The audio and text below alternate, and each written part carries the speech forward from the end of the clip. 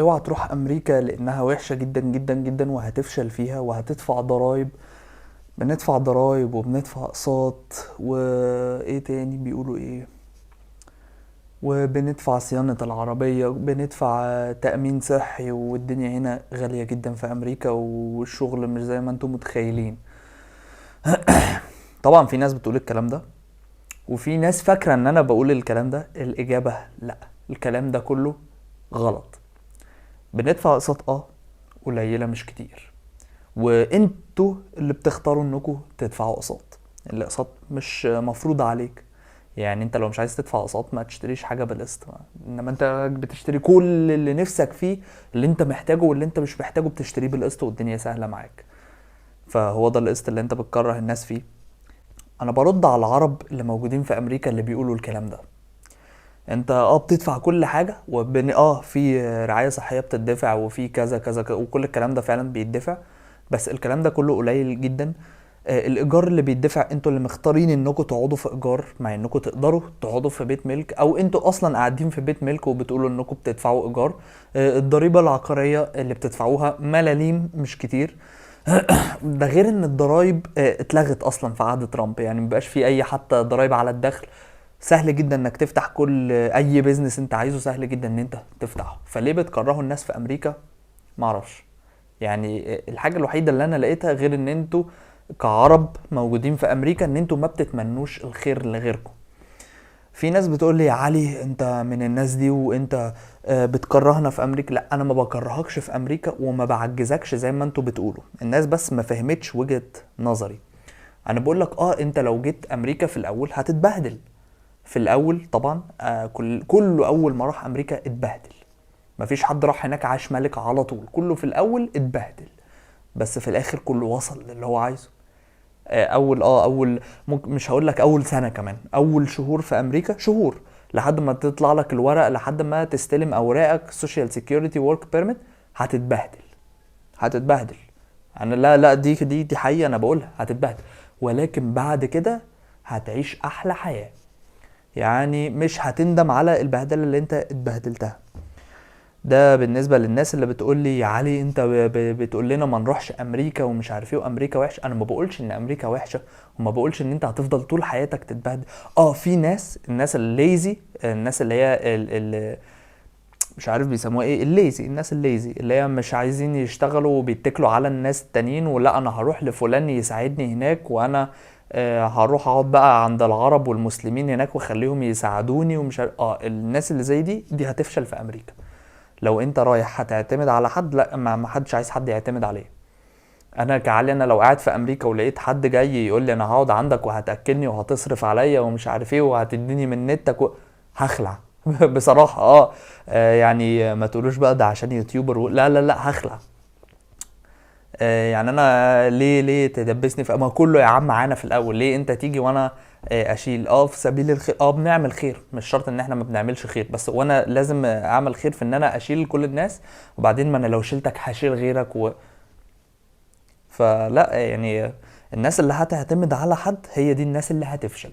انما انت لو رايح عارف انك هتتبهدل وكده وقدها، طالما اخترت الهجرة، طالما اخترت الغربة، لازم تكون قدها. هتنجح، بس في الاول هتتبهدل، لازم تكون قد البهدلة. ما عندكش استعداد للبهدلة، ما هو مفيش حد بيوصل للي هو عايزه على طول من غير بهدلة. عمرها دي مش الحياة، دي مش الدنيا. الدنيا انك لازم عشان توصل اللي انت عايزه تتبهدل. فانت تمن بهدلتك هيكون في الاول، اول ما انت تروح امريكا لا هتتبهدل، وكله اللي راح امريكا اتبهدل في الاول. طيب علشان ما تتبهدل، انا ببص على الغارات لان انا مشغل اخبار، فببص على الغارات الامريكيه. كنا بنقول ايه؟ فكله لازم يتبهدل. طيب انت يا علي قلت لنا محدش يجي باقل من 10,000 دولار. حصل، انا فعلا قلت محدش يجي بامريكا في الاول كمهاجر جديد باقل من 10,000 دولار. ليه؟ عشان ما تعرضش نفسك للبهدله. ده لو في حاله ان انت مش عايز تتبهدل. لو اسره، هتقعد فين؟ الايجار بتاعك لحد ما الورق يطلع. الورق بيطول، عشان نبقى عارفين كلنا الورق ممكن يطول. يعني اول 3 شهور لحد ما يطلع لك ورق هتعمل ايه؟ في ناس بتقول لي الورق ممكن يطلع في خلال اسابيع. ممكن يطلع لك في خلال اسابيع، بس مش الاغلبيه. يعني في الغالب هو الورق بيقعد شهور. فانت اول 3 شهور ليك حق العمل، ما حدش هيرضى يشغلك. لو العرب رضيوا يشغلوك هياكلوا عليك حقوقك وهتبقى شغال بخساره. عشان تشتغل اوبر ولا تعرف تاخد كارد والحاجات دي كلها لازم برضو يبقى معاك ورق. طيب اول 3 شهور قول لي هتعمل ايه معانا كده مع بعض اهو، انا معاك بنتكلم اهو مع بعض. يبقى انا كان عندي حق لما قلت ما حدش يجي باقل من ولعلمك $10,000 ده قليل، ده ممكن يخلصوا منك. بس قول لي هتعمل ايه، انا بقول لك عشان ما تتبهدلش. ولكن بعد كده هيطلع لك الورق وكل حاجه، وامريكا حلوه جدا، وتعالى تعال حتى لو هتيجي تتبهدل لا روح، لان هي worth it بصراحه. worth it يعني لا يعني مش خساره يعني لا لا، كله لو رجع بيه، كل الناس اللي في امريكا لو رجع بيها الزمن و... وكده يعني، وجالهم الاختيار ان هم يروحوا ولا ما يروحوش، لا هيروحوا ويتبهدلوا عشان هم عارفين ان البهدله دي فادتهم في الاخر وعاشوا احلى حياه. انت في امريكا هتتبهدل وهتاكل احسن اكل وانضف اكل، هتسكن احسن سكن في احسن سكن عمرك في الحته اللي انت جاي منها ما كنت تتخيل ان انت هتسكن فيه. هيبقى معاك فلوس تشتري اللي انت محتاجه واللي انت مش محتاجه، مع ان دي مش ثقافة الامريكان. الامريكان ما بيشتروش غير اللي هم محتاجينه بس. انما احنا كعرب لا، في منا بيشتري حاجات هو مش محتاجها، في بيشتري حاجات هو محتاجها وحاجات مش محتاجها، عادي كل واحد حر. بس انا بقول لك دي ثقافة الامريكان، ان هم ما بيشتروش غير الحاجة اللي هم محتاجينها. انما احنا كعرب لا، بنروح نشتري اللي محتاجينه واللي مش محتاجينه بنخزنه. ولا كله معاه فلوس. كل العرب اللي في امريكا اللي بيمثلوا عليك وبيقولوا لك ان احنا بندفع بتدفع وبيرجع لك وبيتبقى لك كتير. هو بيقول لك كده عشان مش عايز يدفع ضرايب، والضرايب قليله جدا في امريكا، وفي عهد ترامب الضرايب ملغيه. بندفع بس تأمين على العربيات والحاجات دي اللي هي الانسبكشن والتاج رينيول، وخلصت على كده. وده في ولايات مش كل الولايات، يعني في ولايات بتبقى مرة واحدة في السنة، وفي ولايات بيبقى مرتين في السنة. وفي المرة كام؟ $300، يعني التوتال المرتين في السنة $600. هو ده اللي انت مستبخل انك تدفعهم وبتقول لا ما تجوش وخليكوا في بلادكم احسن.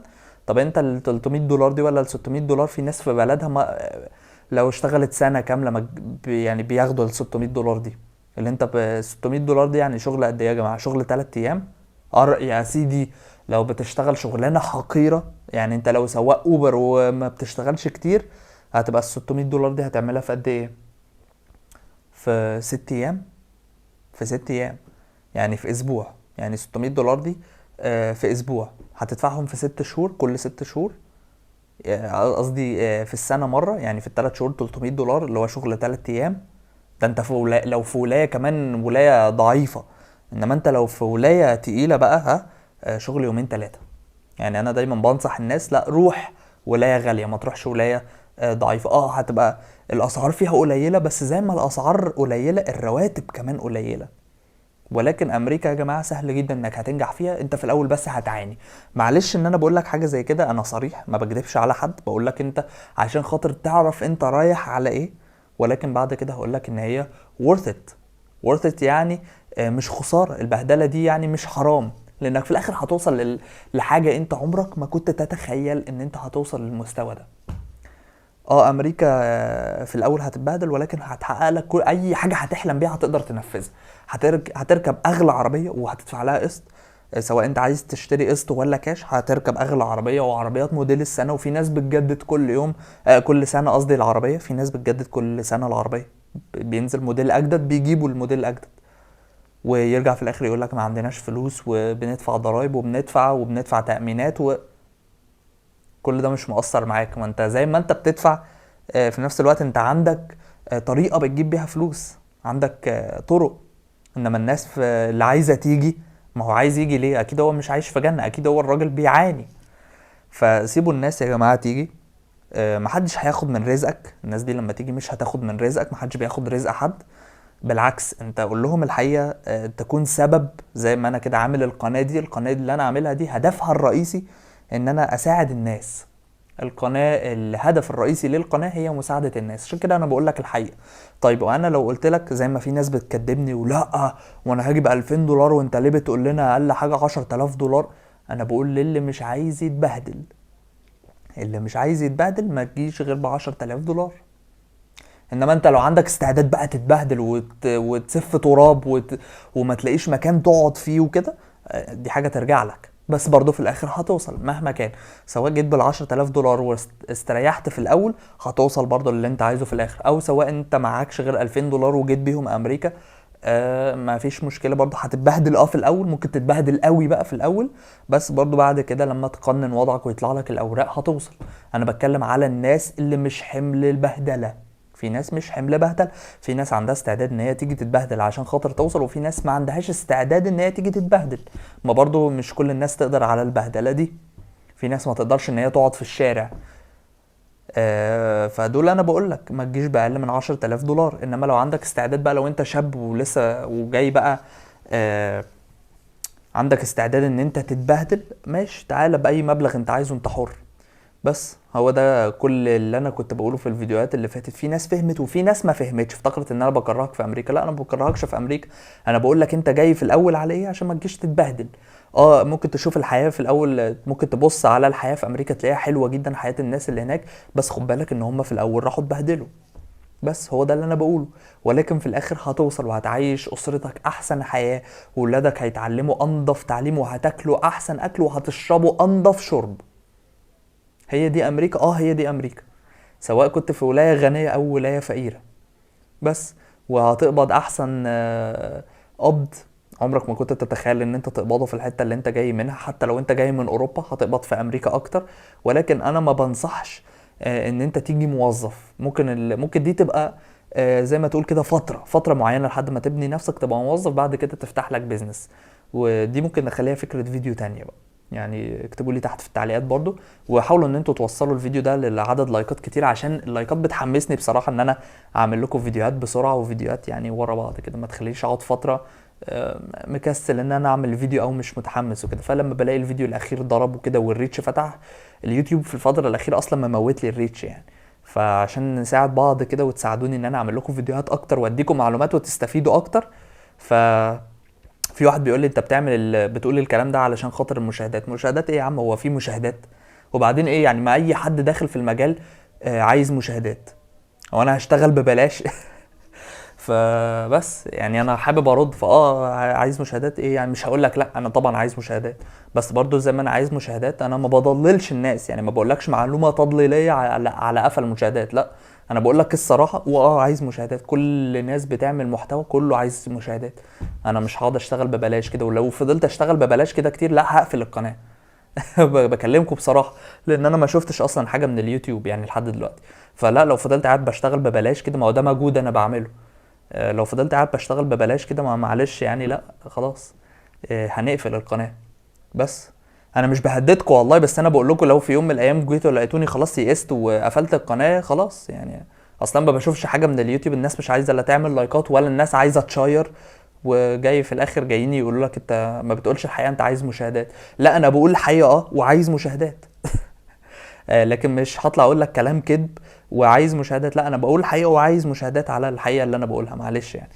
بس ما طلبتش فلوس من حد ولا حاجه خالص يعني. ما قلتلكش ادفع لي مثلا فلوس. بس ف اتمنى ان انتوا تعملوا لايك وتفهموا الفيديو، تفهموا الفيديوهات بتاعتي عامه يعني، مش الفيديو ده بس، تفهموا اللي انا بقوله. يعني اللي انا عامل القناه عشان بقول لكم لا، في الاول انت هتعاني، بعد كده الدنيا هتبقى اتحسنت معاك. مش بقول لك انت هتعاني طول حياتك، مش بكرهك في امريكا، بقول لك خد بالك، اجهز. هو ده اللي انا بقوله. بس اشوفكم الفيديو اللي جاي. تنسوش تعملوا لايك للفيديو ده وتشيروه، لعل وعسى يعني الريتش يفتح يعني. حاجه بقت صعبه قوي اليوتيوب ده.